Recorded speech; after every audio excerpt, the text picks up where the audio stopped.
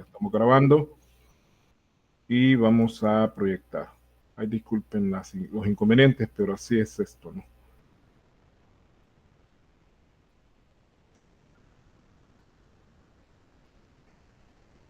Me confirman si ven la pantalla, ven la pantalla compartida. Sí, ¿verdad? Muchas gracias.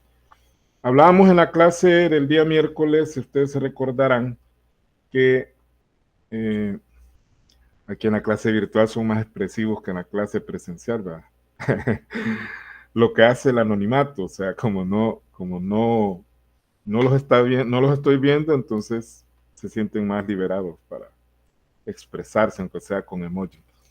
La verdad que estas generaciones actuales, pues son así, ¿no? Son más expresivas a nivel virtual que a nivel personal. Diga. Buenas noches, licenciado. Fíjese que yo tengo una pequeña consulta. Dígame. Y yo estaba viendo que había publicado lo que es un ejercicio de balance general en el grupo. Sí. Quisiera saber si eso sí iba a ser, era actividad para ahora o se estaría haciendo en el transcurso de la semana. Es que ese es un ejemplo que yo voy a hacer en clase, ¿verdad? Que Ah, probablemente hoy lo empecemos a ver y lo terminemos en la clase después de vacación, ¿verdad? bueno, sí, esa era Ya, la consulta que tenía porque yo vi que lo publicó y me llamó un poquito la atención porque como no había visto fecha en el CAT, igualmente lo no, hubiese sido imprevisto. era solo para que lo impriman y lo tengan listo para ir viendo los datos ahí de manera más directa, ¿verdad? Ah, está bien, está bien. Muchas Bueno, gracias, licenciado. bueno, ya sabes. Entonces, hablábamos del reconocimiento, jóvenes, que era la incorporación de una partida dentro de los estados financieros, que puede ser un activo, un pasivo, pero que esto tiene que ver con que si nosotros, cuando reconocemos una cuenta o un determinado valor, puede ser una máquina, puede ser un inventario, puede ser un documento, ya vimos la definición de activo, que son recursos, ¿no? De los cuales yo puedo esperar sacar beneficios económicos en el futuro. Ahora, si yo no reconozco un activo cuando realmente tendría que reconocerlo, cometo un error. Cuando yo no reconozco un activo, cuando sí debería reconocerlo, también cometo un error. Es decir, en cualquiera de las dos situaciones, yo estaría sobrevaluando o subvaluando el valor de mis activos o en su caso de mis pasivos. Y de ahí lo importante de tener claros cuáles son las condiciones que debe reunir tanto un activo como un pasivo para que sí puedan ser reconocidos. Y eso lo comenzamos a ver en la clase de lunes, que decíamos que un activo se debe reconocer sí, solo sí. Cuando decimos sí, solo sí, significa que debe cumplir ambas condiciones, porque si solamente cumple una, no es suficiente para que ese activo sea reconocido, entendiendo que el activo es un recurso del cual yo espero obtener beneficios económicos futuros. De ahí la primera condición. Tiene que ser probable que de él se obtengan beneficios económicos en el futuro. Eso lo expliqué el día lunes, diciéndoles de que cuando hablamos de probable significa que en el momento que estamos haciendo el análisis o la evaluación, en ese momento el activo debe estar en condiciones de generar beneficios económicos. Y les puse el ejemplo de la máquina. Tenemos una máquina, el día que nosotros hacemos la evaluación, si la reconocemos o no, la máquina está trabajando normalmente, pero ese mismo día en la noche se recalienta, no sé, algo pasa y se estalla la máquina y se arruina, prácticamente queda inservible, entonces ya mañana esa probabilidad ya no existe, ¿no? Por eso es que dice, se debe evaluar al momento en que se va a hacer el reconocimiento. Ya después no sabemos, eso ya va a depender de los sucesos que pasen en el futuro en este caso. Y la segunda condición es que el valor de ese bien o de ese activo en este caso se pueda medir con fiabilidad. Yo les puse dos ejemplos en clase. El primero era cuando se genera una plusvalía generada internamente. Ese fue el término, la terminología que utilicé. ¿Qué es una plusvalía generada internamente? Yo les explicaba que a veces dentro de las empresas se generan inventos. Por ejemplo, se creó un invento ahí que mejora, ¿verdad? Y que nadie más lo tiene, solo la empresa. Eso técnicamente es un activo porque me va a generar beneficios. Esa maquinita o ese dispositivo, ese aparato que los mismos empleados han diseñado o los ingenieros que trabajan para la empresa lo han diseñado, me va a generar beneficios en el futuro. El problema no es ese, el problema es su medición. ¿Cuánto vale esa maquinita? Si tomamos en cuenta que la hicieron en tiempo laboral, es decir, con tiempo pagado como salario, luego los materiales probablemente fueron materiales reciclados de la misma planta. Entonces, el problema ahí no es de beneficio, el problema ahí es de que no se puede medir confiabilidad. Y cuando decimos confiabilidad significa que no haya duda razonable de ese valor que yo haya calculado. Y ojo, ahí hay un término que usted, más que todos los de contaduría, les va a servir en auditoría. Más allá de toda duda razonable, es decir, que no haya una duda que pueda poner en riesgo que yo haya medido correctamente algo. Entonces, en esos casos donde se genera una plusvalía, que la palabra plusvalía quiere decir más valor, ¿no? Algo plus es más, valía, valor.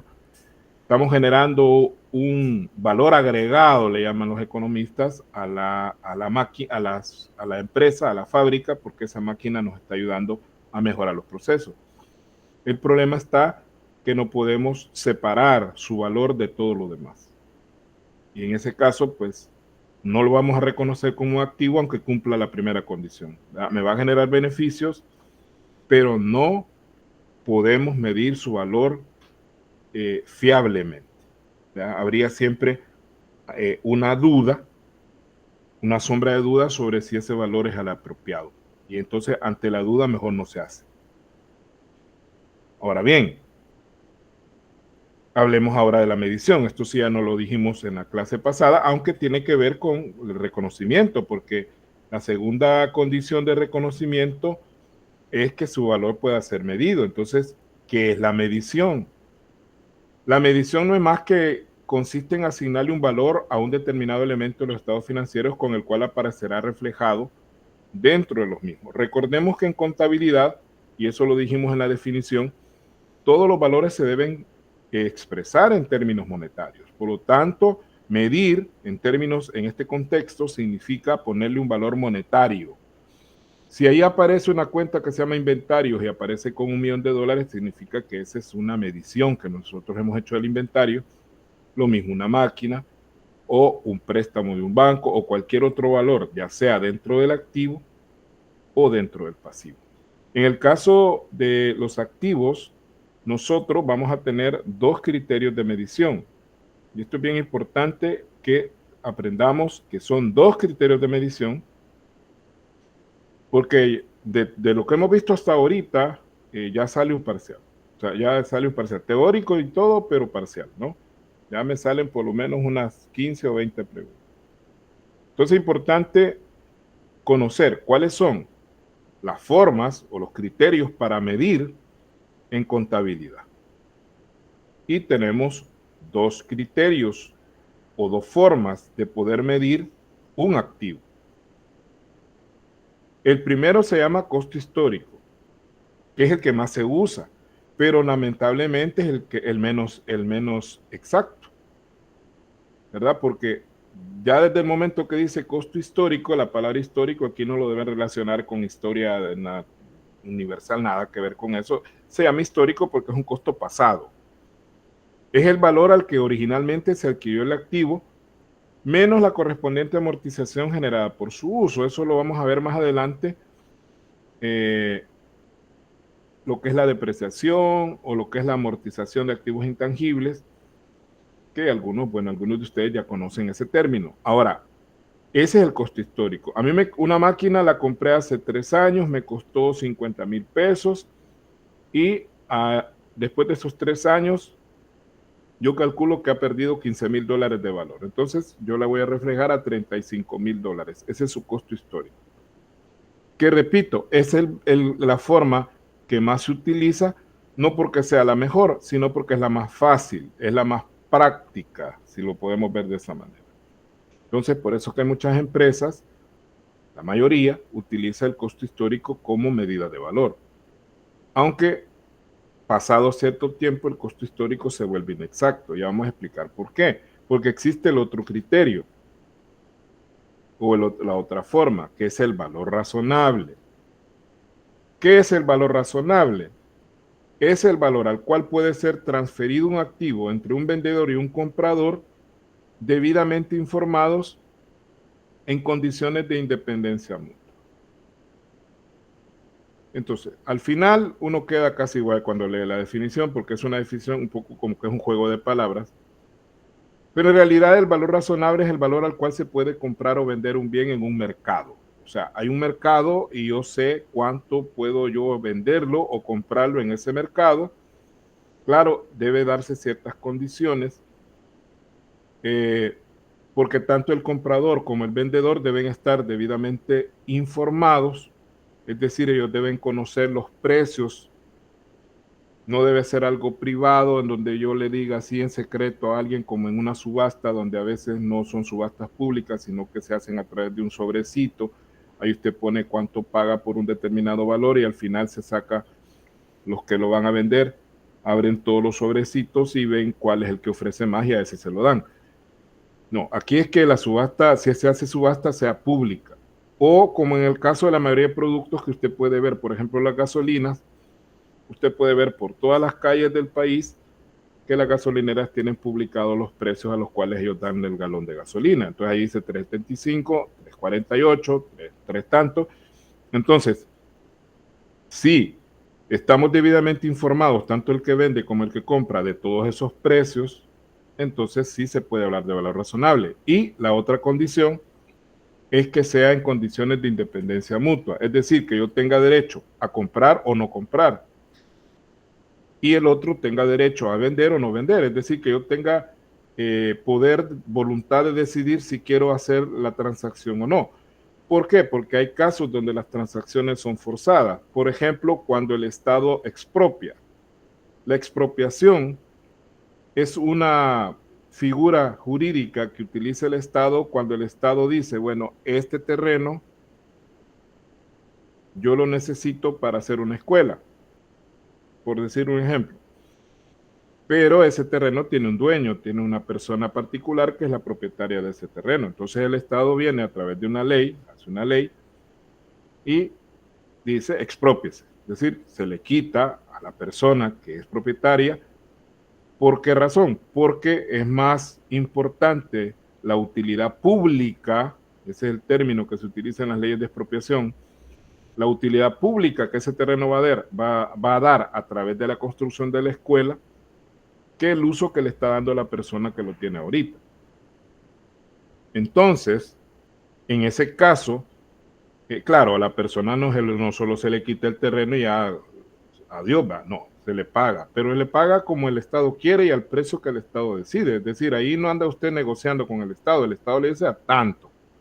Y por esa razón, esa última que acabo de mencionar, que el precio lo pone el Estado, una expropiación no mide valor razonable porque no hay independencia mutua, es decir, ahí usted vende obligado.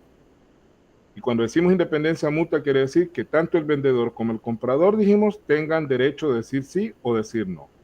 Y en este caso, el vendedor, que es el dueño del terreno, no tiene la posibilidad de decir no porque legalmente lo están obligando. Entonces, ese sería un ejemplo donde no habría valor razonable porque prácticamente el Estado compra al precio que él quiere, ¿no?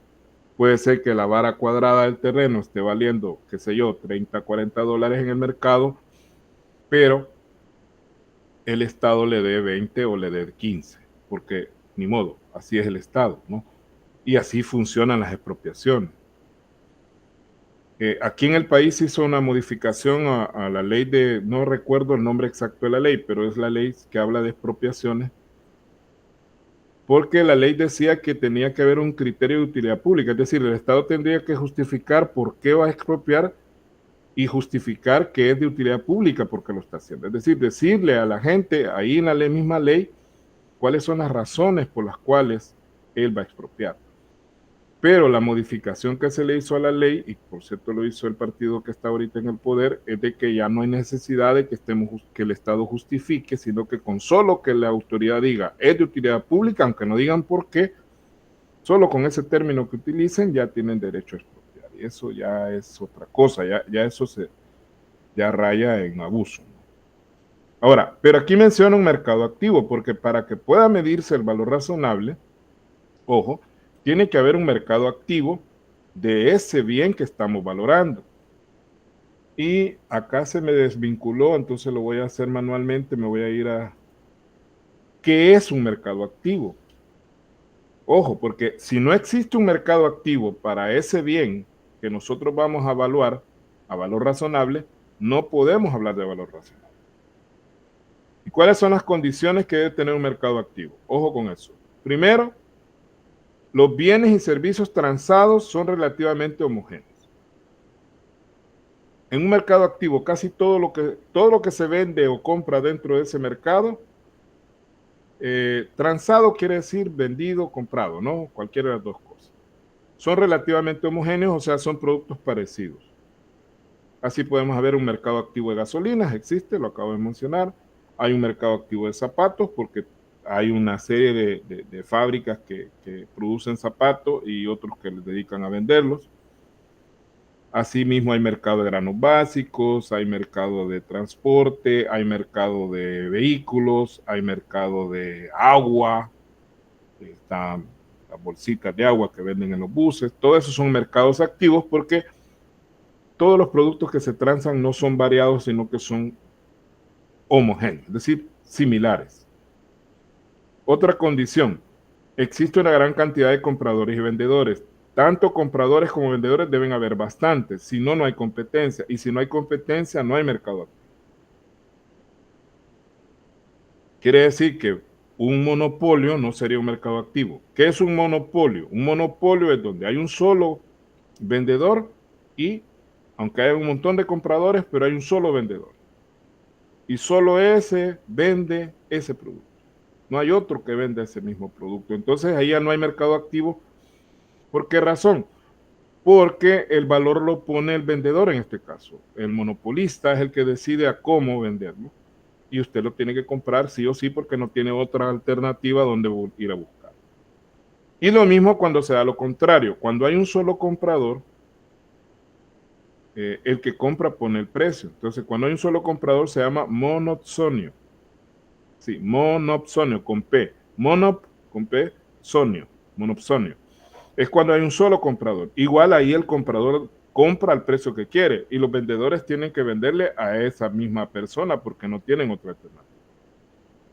Y lo mismo cuando pueden haber varios vendedores o varios compradores, pero son poquitos. Por ejemplo, se llama oligopolio cuando son pocos vendedores y oligopsonio cuando son pocos compradores. Esto es material de economía. No sé si ustedes ya llevaron economía 1 o no, ¿verdad? Ahora, los precios son de conocimiento público.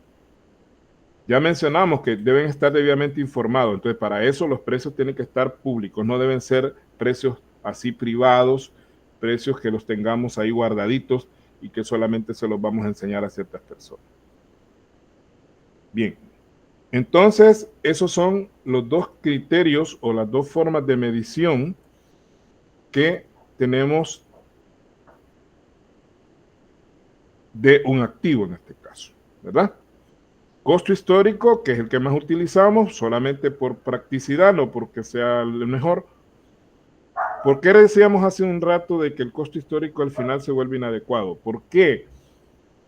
Porque usted puede haber comprado una máquina en 50,000, haberle aplicado una depreciación que no es más que una formulita que usted utiliza para sacarle la depreciación y usted dice son 15,000 de depreciación. La máquina vale 35,000. Pero si usted se va a quererla vender al mercado, no le dan más que 20,000 pesos o 15,000 pesos. Entonces, ahí el valor histórico, el costo histórico ya no tiene nada que ver.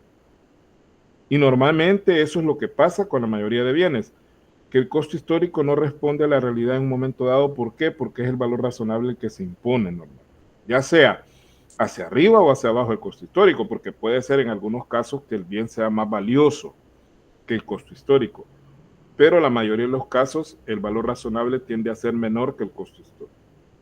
Entonces, hay activos que se pueden medir cualquiera de las dos maneras, quiero aclarar eso, y hay otros activos donde las mismas normas establecen de que solo valor razonable se debe utilizar, porque el costo histórico no es apropiado. Caso, por ejemplo, de documentos financieros. Normalmente los documentos financieros, como se negocian públicamente, su mejor valor es el valor razonable. ¿A qué valor lo puedo vender? No a cuánto me costó. A mí me puede haber costado una cantidad y ese valor al final puede ser totalmente inexacto. ¿Por qué? Porque nadie me va a dar ese valor cuando yo lo quiera vender. De ahí la importancia del valor razonable, joven. Y otra cosa, dice las normas también que si un valor, un activo, se ha medido ya sea a costo histórico o a valor razonable, si nosotros decidimos medirlo a valor razonable, tenemos que seguir midiéndolo de esa manera hasta que el bien termine su vida útil. No podemos regresar a costo histórico. Si usted ya le aplicó valor razonable, tiene que seguirle aplicando valor razonable. Y el problema del valor razonable es que hay bienes que sí tienen un mercado activo donde yo puedo estar consultando a qué precio está en el mercado.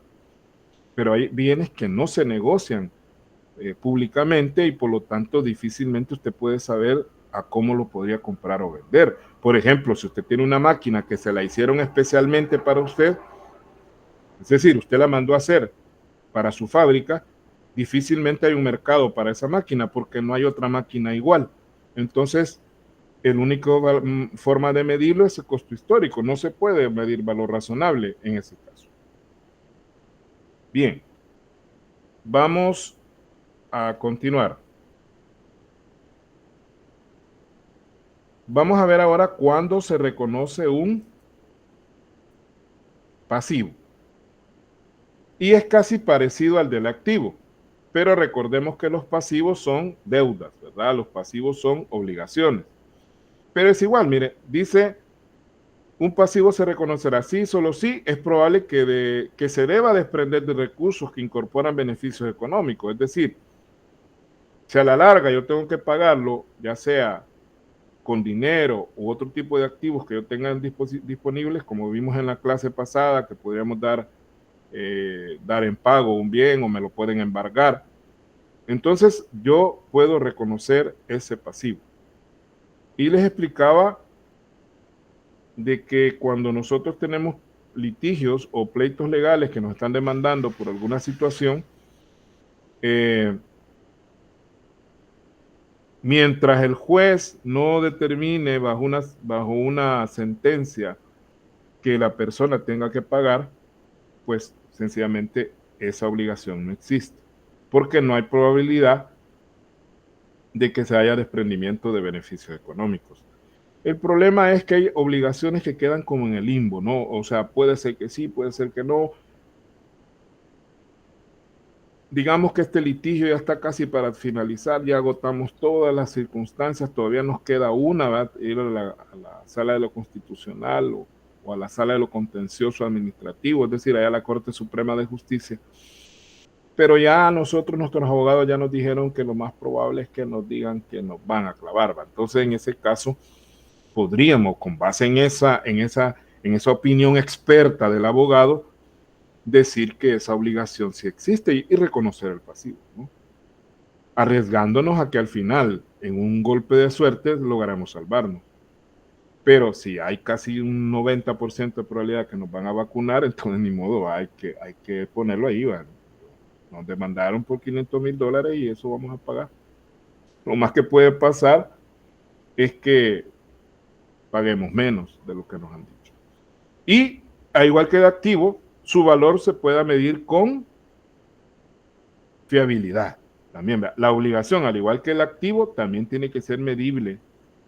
Y los mismos criterios que se utilizan para los activos se utilizan para los pasivos. Es decir, valor razonable, en este caso valor razonable o costo histórico de la deuda. Veamos. Esto ya lo vimos, lo adelanté porque yo consideré que era más importante verlo en aquel momento.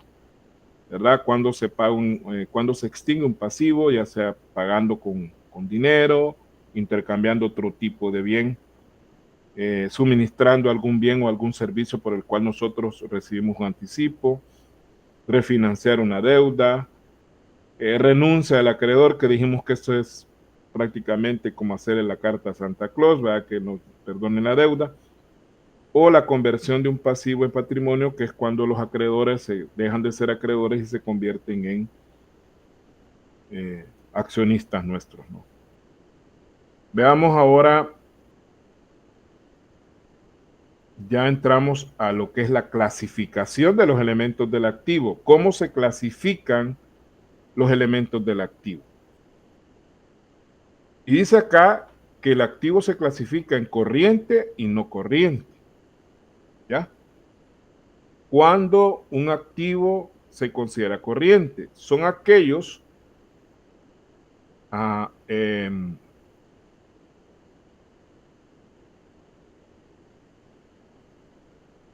bien, no hay problema. Yo sé que la señal a veces falla y se salen, entran. Yo sé que es por esa razón, ¿verdad? No se preocupen. De todas maneras, está quedando grabada. Espero que no hayan tenido problema para reproducirlo.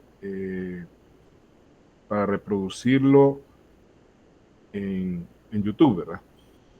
Vale. El activo corriente dice que son aquellos recursos de los cuales se espera obtener beneficios económicos durante un ciclo normal de operaciones. Convencionalmente hablamos de un año o menos. Sí, es el internet el que a veces falla, no hay problema.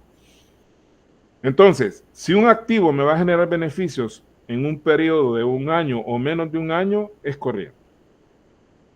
Y es no corriente cuando los beneficios económicos se esperan en más de un ciclo normal de operaciones, o sea, más de un año.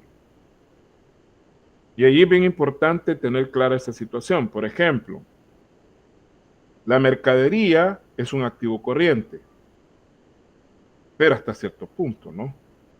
Pero bueno, no, dejemos esto hasta cierto punto. No he dicho eso. Usted compra camisas.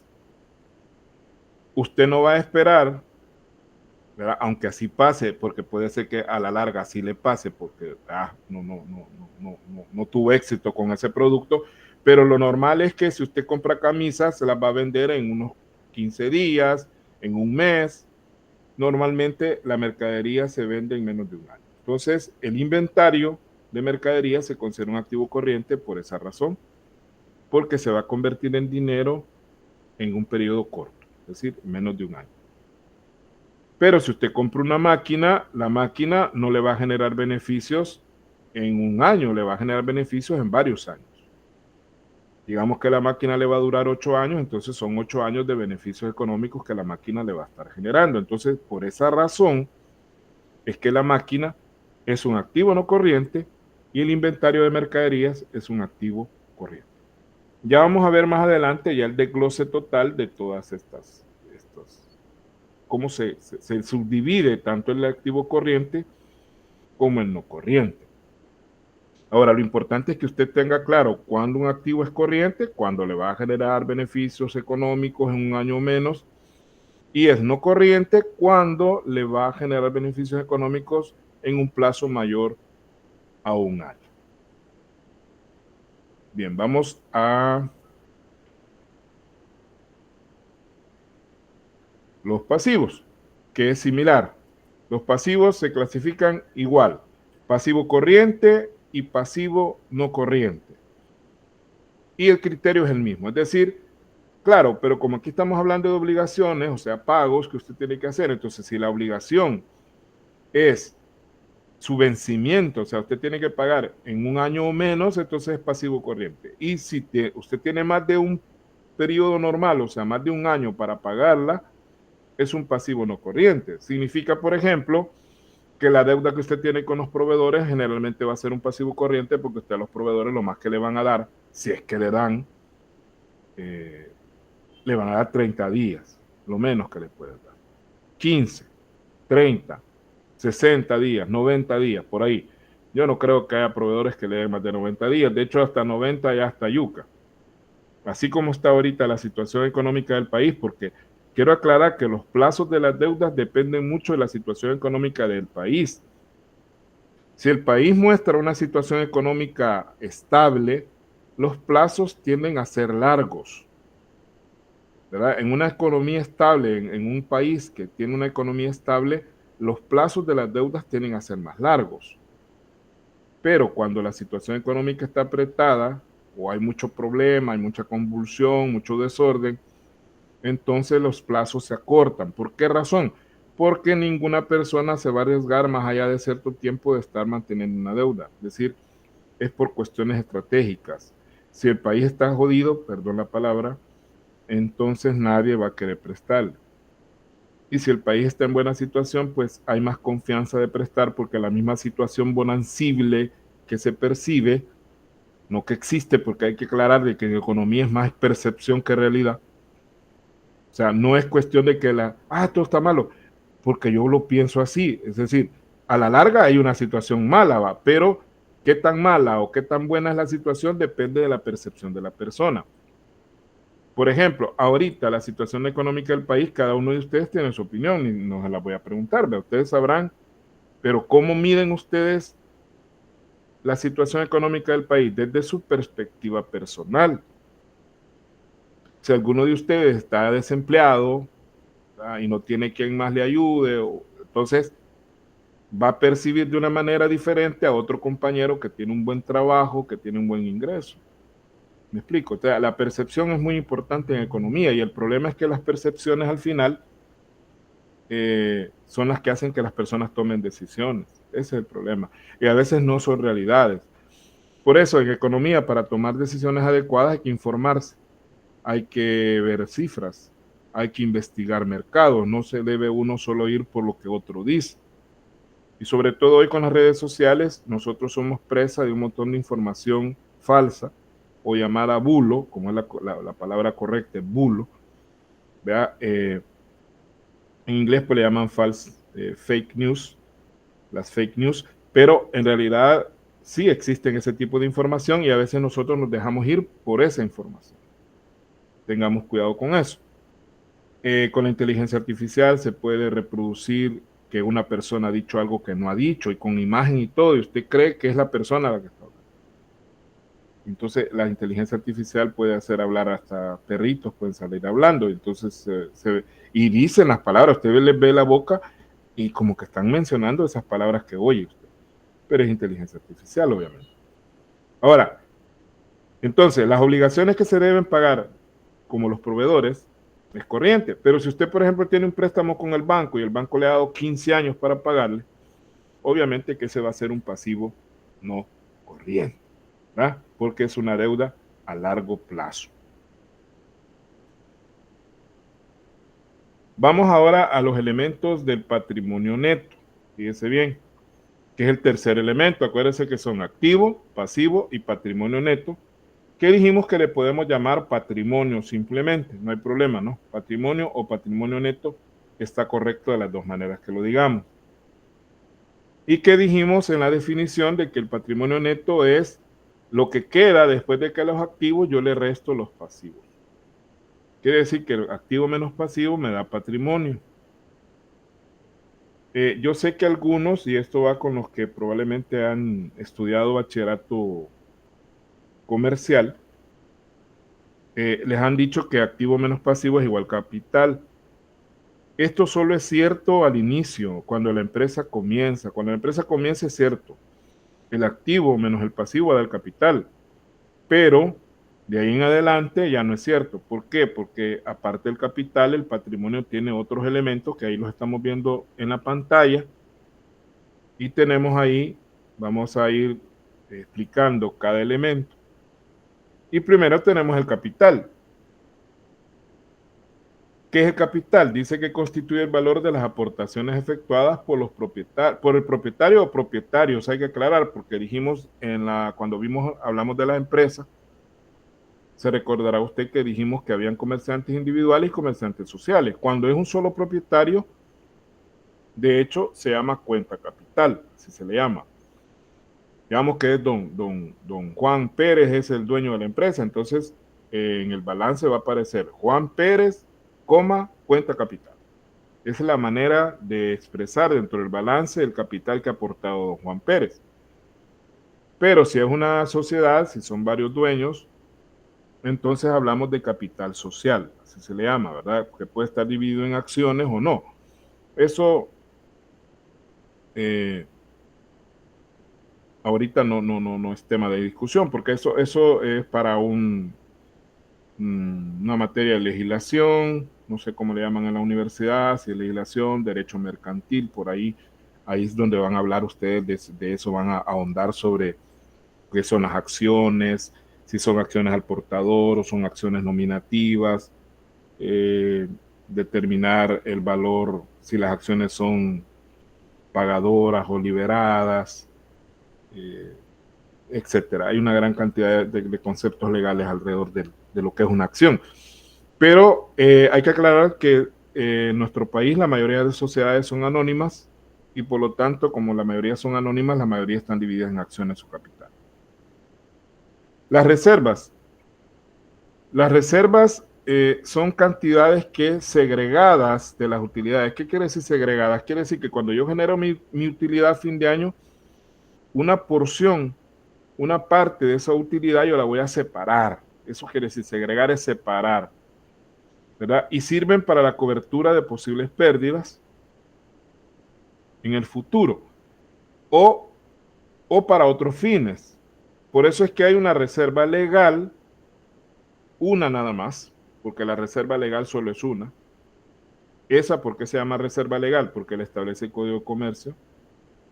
En caso de las sociedades anónimas, pues el 7% de las utilidades hay que separar como reserva.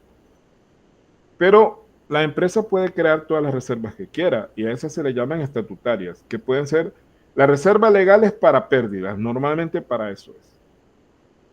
Para que cuando tengamos pérdidas, no tengamos ganancia, no descapitalicemos la empresa, es decir, no nos quedemos sin capital por no tener un colchón. La reserva legal me sirve de colchón.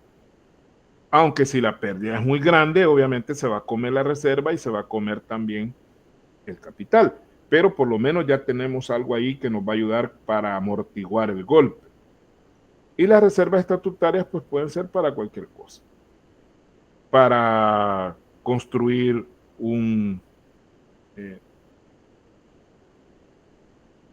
ya vamos a hablar del superávit. Ya vamos a hablar del superávit. Tan ansioso, eso me gusta, está bien.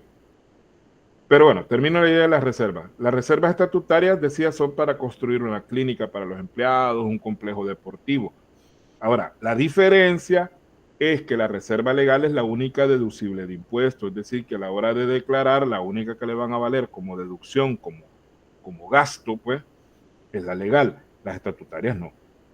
Porque si no, medio mundo utilizaría las reservas estatutarias, no pagarían impuestos nadie, ¿no? Porque todo el mundo inventaría un montón de reservas para no pagar impuestos. Entonces, dice la ley, solamente es deducible la reserva legal dentro de los límites que las mismas leyes establecen, es decir, en los porcentajes que la misma ley dice. Los resultados es el desempeño experimentado por la empresa a través de las operaciones y que pueden ser utilidades o pueden ser pérdidas. ¿Ya? Por esa razón es que se le llama resultado, ¿verdad? Porque no le puedo llamar utilidad ni le puedo llamar pérdida porque va a depender de que si los ingresos son mayores a los gastos, va a haber utilidad, pero en caso contrario va a haber pérdida. Eso de la utilidad o la pérdida lo vamos a ver en el tema que sigue, que es el estado de resultados. Ahí vamos a ver todo ese berenjenal de conceptos de ingreso, de gasto y cómo se clasifica. Otros elementos del patrimonio neto también pueden figurar valores como las donaciones, que es bien raro que a una empresa privada le hagan donaciones, pero se puede, ¿verdad? En un momento podemos recibir donaciones. Y el superávit por revaluación, que es la pregunta del compañero que preguntó ahí en el chat. La palabra superávit, el origen de esa palabra es un término de origen latín, que viene del verbo superare. Y el verbo superare quiere decir tener más que antes. Eso es superávit. Pero en este contexto que lo menciono yo acá, Vaya, pongamos un ejemplo. Digamos que tenemos un terreno.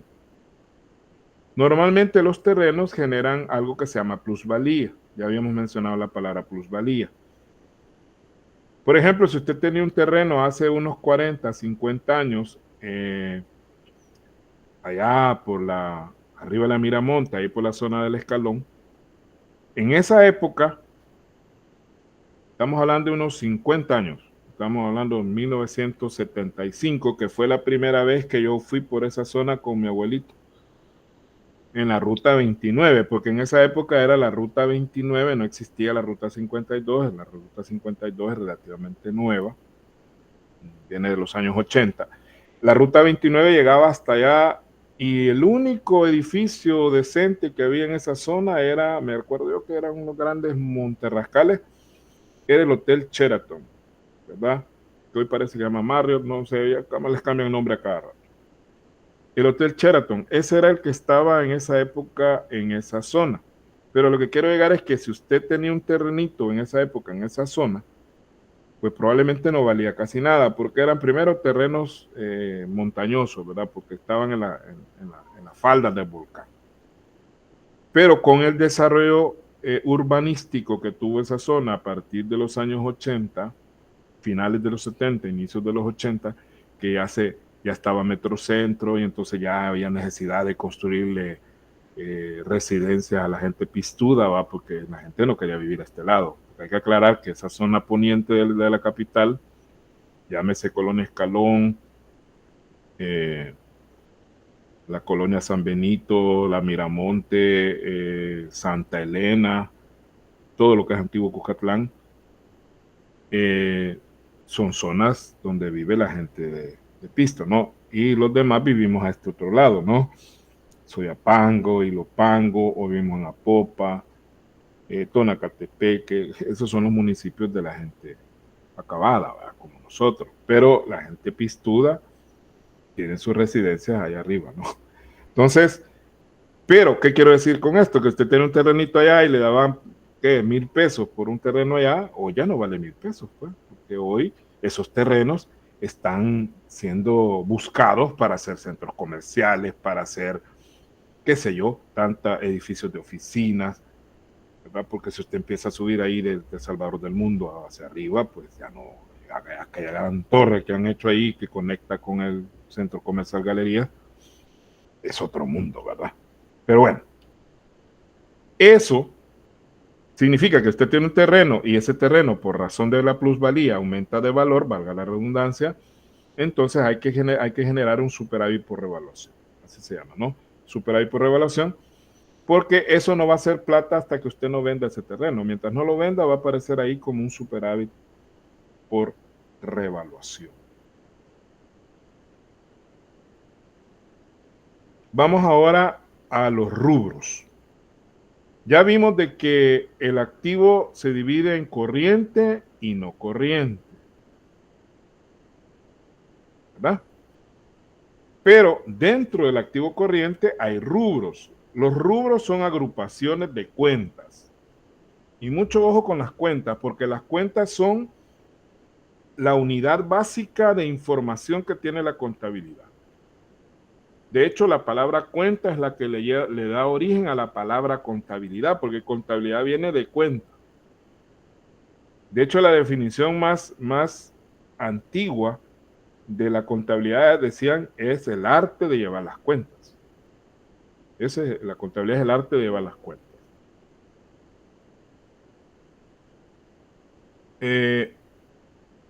Entonces, los rubros, primero los rubros. Los rubros son agrupaciones de cuentas. Y el primer rubro, ¿por qué es importante esto? Porque en ese orden tenemos que elaborar el balance en general, que probablemente no vamos a empezar a ver el ejercicio hoy, ¿verdad? De todas maneras, no era estratégicamente conveniente empezarlo hoy porque queda la vacación de por medio y después cuando vengamos de vacación volverlo a retomar, entonces va a ser bien complicado. Entonces, probablemente ese ejercicio, el primero, lo vamos a desarrollar entre la clase del lunes, quiero ver, 11 y miércoles 13 de agosto, ¿verdad? En esas épocas, en esos 2 días, vamos nosotros a desarrollar el ejercicio. La primera parte en clase presencial y la otra parte la vamos a hacer en la clase virtual. De todas maneras, yo les voy a subir extra a lo de la clase, les voy a subir un video donde tengo todo el ejercicio completo en un solo video, para que a usted no le quede solo la mitad, ¿verdad? En el video que voy a subir de la clase. Tengo un video donde está todo el ejercicio completo, de cabo a rabo, como decía mi abuela. Pero expliquemos esto para que nos vaya quedando claro. En todo caso, también les voy a compartir al grupo de WhatsApp y en el chat también estos rubros ya en una sola hoja de PDF, en un PDF para que usted lo tenga y si es posible me lo imprima para que lo tenga de referencia siempre que vayamos a hacer un balance. Ahí lo va a tener de referencia para que usted no esté aprendiéndose de memoria esto porque tampoco se trata de eso. Yo siento que hay cosas que antes sí era obligación que se hicieran porque no habían otros recursos. O sea, hace 30 años que yo di esta materia, pues todo eso se aprendía, que no eran estos mismos rubros, eran otros distintos, no era diferente la contabilidad. No hablábamos de activo corriente y no corriente, sino que hablábamos de activo circulante, activo fijo, activo diferido. Esos eran los rubros de antes. Y me acuerdo de que todo era en papel, entonces obligatoriamente había que aprenderse de guayaba todo, porque pues sí, no habían otras formas de poder tener información. Ahora con la tecnología usted puede tener toda esta información en cualquier plataforma, en cualquier lugar que usted quiera, en Google Drive, en WhatsApp, etc. Entonces, les voy a subir ese documento para que usted lo imprima y lo tenga siempre de referencia. Y en el caso del parcial, pues les voy a dar chance que lo usen, ¿verdad? Porque probablemente el último parcial sí sea exaula, el último. Pero los 2 primeros parciales de los 2 registros primeros sí van a ser presenciales. Vale. Primer rubro del activo corriente, efectivo y equivalentes. ¿Qué cuentas vamos a colocar dentro de este rubro de efectivo y equivalentes? Caja, bancos e inversiones temporales. Ahorita no les voy a explicar en qué consiste cada cuenta. Eso es para otra unidad que vamos a ver más adelante, que se llama teoría del cargo y del abono. Ahí les voy a explicar para qué sirve cada cuenta. Ahorita lo que me interesa, lo que me urge es que usted se aprenda así esas cuentas y en ese orden. Ojo, en ese orden. Porque si usted me pone inversiones temporales primero y después me pone bancos o viceversa, entonces está mal. Esto está ordenado de esta manera por una razón, así que usted tiene que respetar ese orden. Efectivo equivalente, caja, bancos, inversiones temporales. Anticipos, pago a cuenta, retenciones y percepciones. Suena raro, ¿no? O probablemente a alguno le suene porque en su trabajo se lo han mencionado. Pero igual lo vamos a explicar más adelante. Primas de seguro, la parte corriente. Eso lo vamos a entender ya con el ejercicio. Porque por experiencia...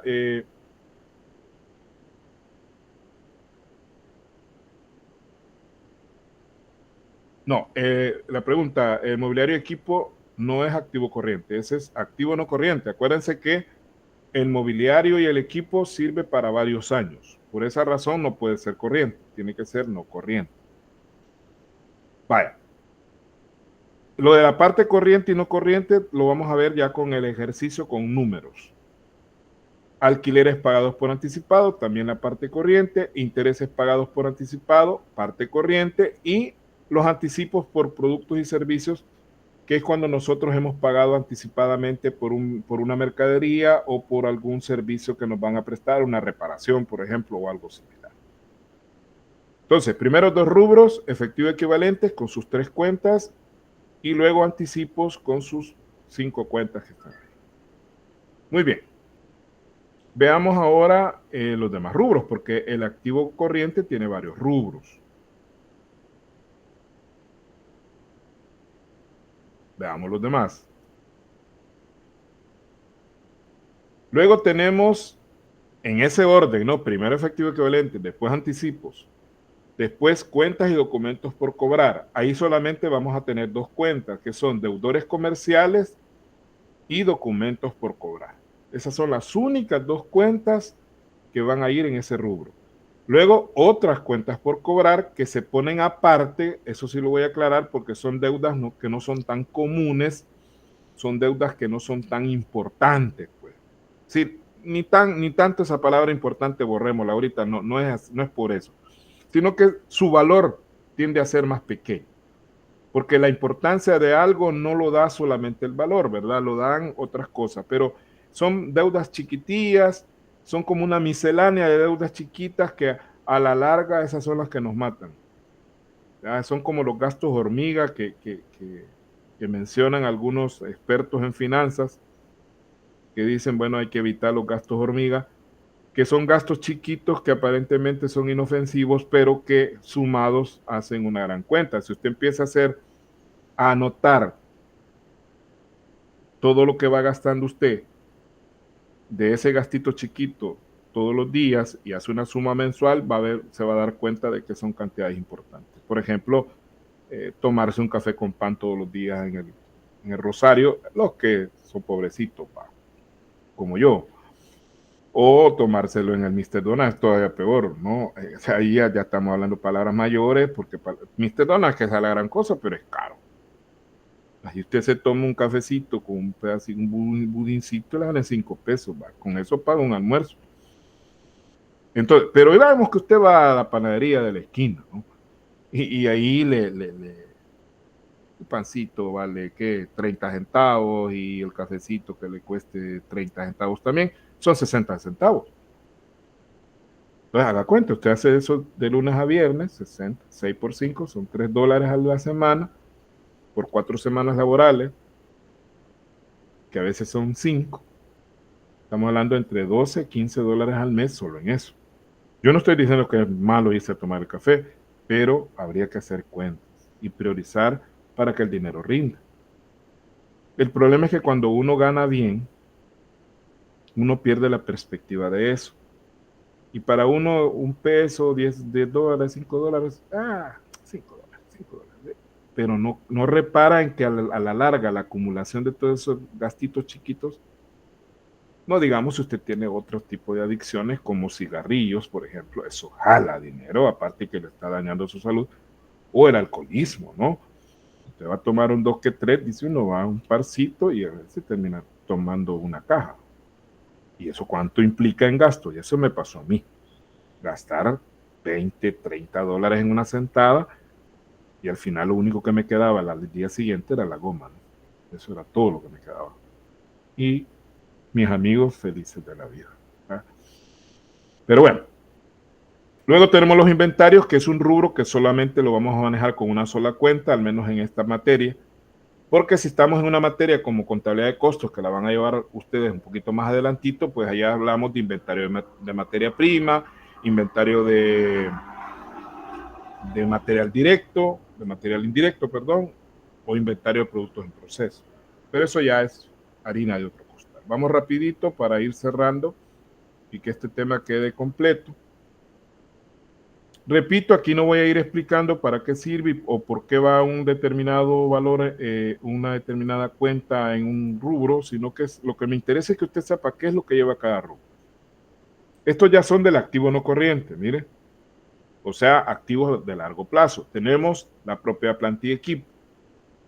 Ahí tenemos varias cuentas, la que me preguntaba el compañero, mobiliario, equipo, vehículos, edificios y terrenos, con sus respectivas depreciación acumulada, que es el desgaste que puede ir sufriendo estos bienes.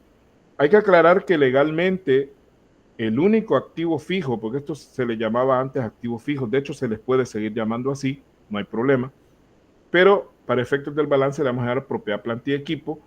El terreno no se le aplica depreciación, eso porque legalmente no se puede, no porque en realidad sí un terreno puede sufrir depreciación. Por ejemplo, un terreno se puede erosionar, se puede lavar y eso le quita valor. Entonces, pero legalmente no podemos depreciar los terrenos. Luego los activos intangibles, ahí tenemos las patentes y marcas, que es lo que hablábamos en la clase pasada sobre lo que eran que los activos pueden ser inmateriales, ¿verdad? Estos son los famosos activos inmateriales o activos intangibles. como las patentes y marcas, la propiedad intelectual, igual no voy a hablar de eso ahorita, licencias y concesiones, la plusvalía comprada y su respectiva amortización acumulada que puede existir. Ahora bien,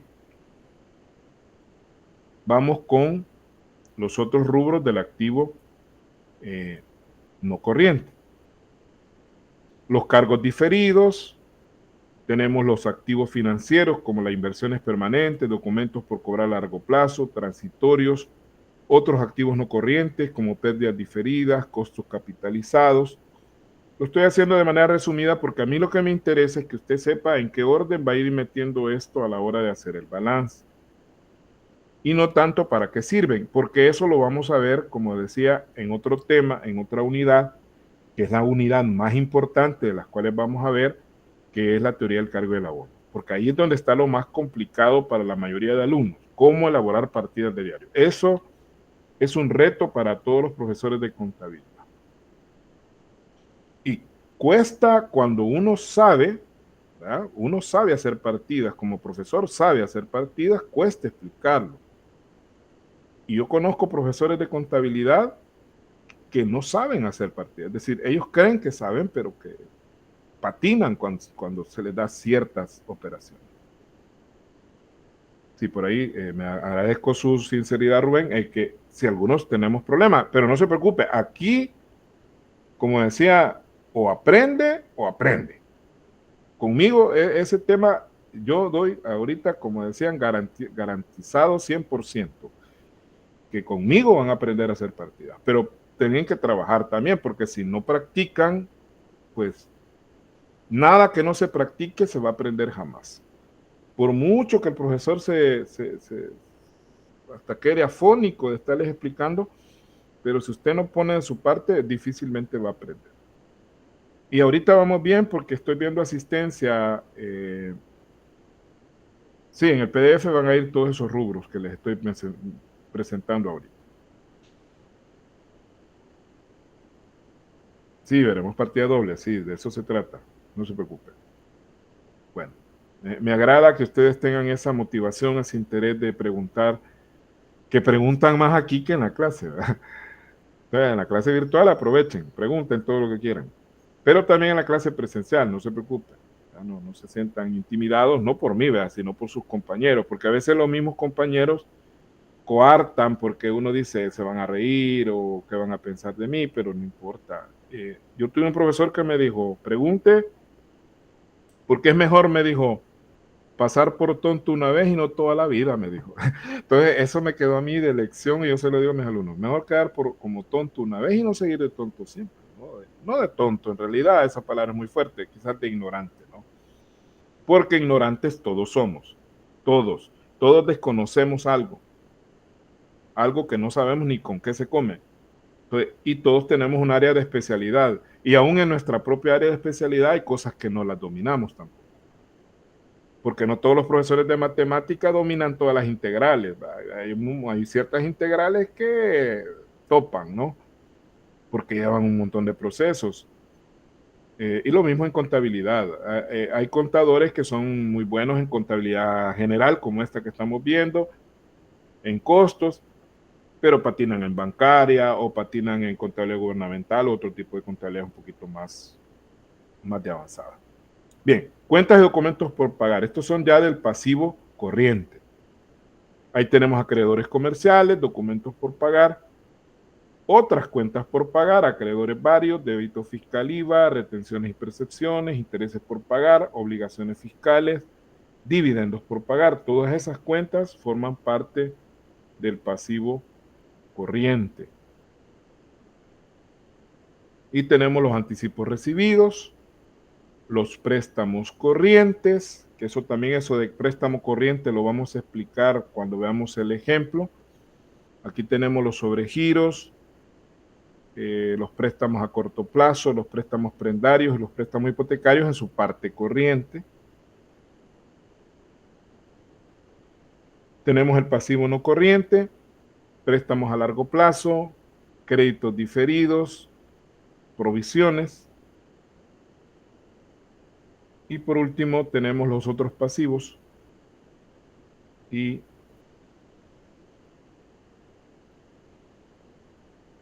con eso terminamos el tema del balance, la parte teórica. Y como decíamos, cuando regresemos de vacación, vamos a entrarle a la parte práctica. No sé si algún comentario, pregunta a este punto, porque con esto vamos a cerrar. Si no hay ninguna pregunta, pues quiero agradecerles mucho su atención, desearles una feliz vacación. Esta vacación es bien rara, ¿no? Porque acabamos de empezar. Ajá. Dígame, Carla. Buenas noches, licenciado. Mire, una consulta y esta información, porque parte de ella ya la tenemos ahí en el CAT, ¿verdad? Está toda esta presentación está completa. Ah, ok. Sí, solo era para repasar. Solo que está en PDF, ¿verdad? Para que sea más fácil para ustedes. Dígame, bueno.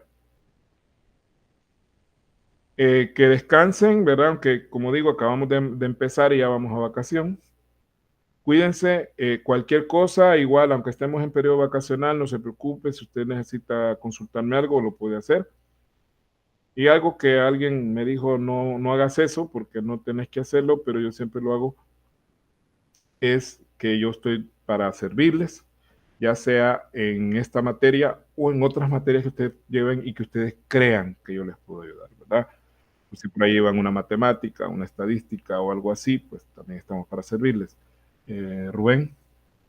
Hola, licenciado. Dice, yo solo tengo una pequeña pregunta. Por casualidad, ¿esta guía la irá a subir? ¿Cómo? ¿Irá a subir esta guía para poderla copiar? O sea, que me gustaría tener la información guardada. Ya está ahí, o sea, esto ya está completa. Y otra sería el ejercicio que publicó ahí hace poquito, sería una actividad que se estaría, digamos, enviando como tarea o solo la copiamos para tener el ejercicio de ejemplo. No, es solo para hacerla en clase. La de la tarea ya está lista, esa se la voy a subir después de vacación. Ya serían ejercicios que ustedes van a hacer. O sea que ahorita vamos sin tarea para vacaciones. Exacto, vamos sin tarea. De hecho, yo no acostumbro a dejar tareas para vacaciones. Ajá, yo porque me quedé con esa duda porque vi el ejercicio ahí. Pero... No se preocupe, eso lo vamos a ver después de vacación entre todos. Ahí está. Muchas gracias, licenciado. Bueno, muchas gracias.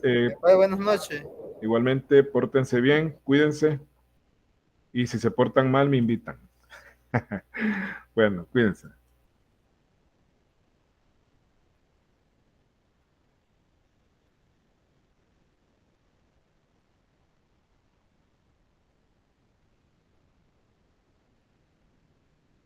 Felices vacaciones.